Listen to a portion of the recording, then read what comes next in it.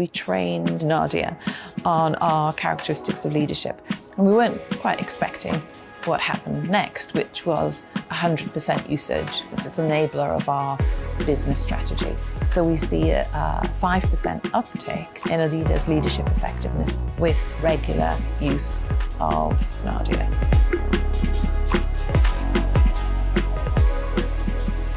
One of the topics that you and I have exchanged a lot on is the role of a manager and the role of a leader and how difficult that is and how much more difficult that's becoming.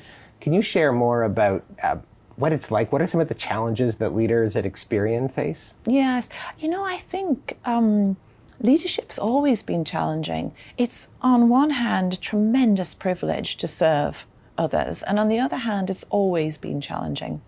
I think it's the pace. It's the need for really radical adaptability, and that pace has been driven by technology. So that's the difference that we see. Absolutely. One of the expressions that I've used recently is the moment you become promoted to be a manager is potentially the moment of your peak professional incompetence. Yes. Because you've been successful all the way through your career often, and that's why you were promoted.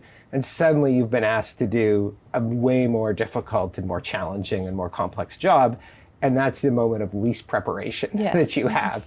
And you spend 12, 18 months trying to catch up to the skill set. Yes. And so I can imagine those challenges are just accelerated these days when technology is changing what the job is. Yes, I fully agree with you. I think it's not just that first moment, it's every moment. It doesn't have to be a promotion, it's every moment of move. That's very true. It's how do I quickly understand my context and what's required and the skills, and how do I adapt? It's that radical adaptability and doing it now much more so at speed. I really like that addition.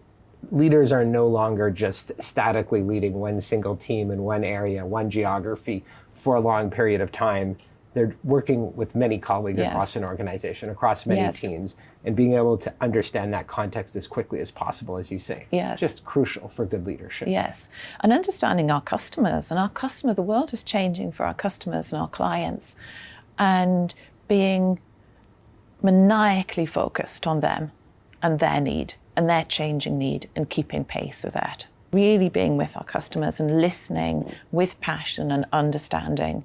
And our mission is to give financial power to all. We're really passionate about financial inclusion and empowerment for all of our customers and our clients. And that means we have to continually produce excellent product and innovative platforms that scale. So as Chief Talent Officer, my job is to ensure that all of our people have the conditions to deliver that high performance. And in the same way, in a way that can scale. We have 22,000 colleagues around the world, from Australia to Brazil. If my role is to provide the conditions for performance for all, there's a question of scale. We know coaching, for example, executive coaching, there's plenty of evidence that shows that that works. It has an impact for an individual and it has an impact for an organization. But it's hard to scale that, isn't it? Absolutely. It's costly. It involves face-to-face human relationships. And so we constantly think about how do we bring products to the entire workforce that meet their need where they are in the moment of that need. And AI was clearly going to be a part of that. It's an enabler. It's an enabler of our people strategy. It's an enabler of our business strategy. And so we started looking. We keep ourselves well connected to the external market and particularly to technology trends. So we were looking for a partner institution, and that's how we came across Valence. We saw Nadia and we thought, yeah, we're going to have a go at this. I would say that we design our product in the same way that our business do, heavily focused on our customers, so our leaders and our employees design with us. Everything is based on their input, on their testing, on their needs. So it was really natural on that basis to bring in Nadia and to do our first experiment with 50 leaders. We tested 2 months, I think, with 50 of our leaders. We ran some sessions with them to talk with them about what they were going to get, and we set up a measurement and feedback process, and then we turned it on. And we weren't quite expecting what happened next, which was 100% usage within the first hour of launching. And so there was clearly something here. And, take this back, this is a year ago now. So AI was just starting to get interest. It was just starting to get recognition that this is something which could have tremendous impact. What we learned from the alpha pilot was that we could capture people's attention, and that's important, so we could bring them into a piece of development and a learning experience. So for the beta test, we had to think about how do we make that more sticky. So we took it to 100 leaders, and in this instance, we trained Nadia on our characteristics of leadership. Now, the characteristics of leadership are an expression of who we are. It's who we are as leaders. So we trained Nadia on our characteristics of leadership. So our leaders were actually able to interact with her based in our language and in our context. So she was able to coach against our context. Perfect. And that increased the return usage. After the beta test, I know that you were running some ROI studies to try to start to see that connection between coaching at scale, the people strategy, the business strategy. Can you share more about that ROI experiment that you ran? Yeah, so we test all of our offerings. We test it based on obviously immediate customer need, customer feedback, and then 3 months out, 6 months out. So we use a Net Promoter Score. But we also look at the impact on a number of people metrics. So we know that for a number of our programs, through the program, we will see an increase in our leadership effectiveness scores on an instrument called the Great Place to Work. We are one of the top 25 great places to work in the world, and there's an element in that measurement which is about leadership effectiveness. So when we correlate our interventions, we correlate them with the overall Great Place to Work score per unit and by leadership effectiveness. So we know that our leadership interventions lead to greater leadership effectiveness, and that is the same with Nadia. So we see a 5% uptake in a leader's leadership effectiveness if they are a regular use of an online coach. What are some of the specific programs that Nadia is now able to help you support? We have a fantastic program called Enriching Leadership, which is for leaders around 5 to 7 years into their leadership journey. Okay. And so you can imagine that moment 5 to 7 years into your leadership journey. You've tried a lot, you've learned a lot, you really kind of want to unpick, how can I go from good to great in my leadership journey? And coaching is a core part of that intervention, as is really good peer interaction, as is really good content that we provide ourselves. But we integrated Nadia into that coaching element. So if you go through that program, you're introduced to Nadia on day one. She will help direct you to what are your learning objectives, and then we'll pull out the content and make sure that you're focusing on that learning content. And a key part is we, as leadership development professionals, we all know that their stickiness is really hard to get at. Right. We're investing in enriching leadership for our leaders 5 to 7 years out because we care about them and about the impact they have on their teams and the business. So how do we increase that stickiness, the ability to bring that learning through into their business on a day-to-day basis? So we use Nadia to send nudges, to send reminders, to encourage the leaders to go back out into their peers, back to their managers, back to their teams, and to support them on having conversations with those stakeholders.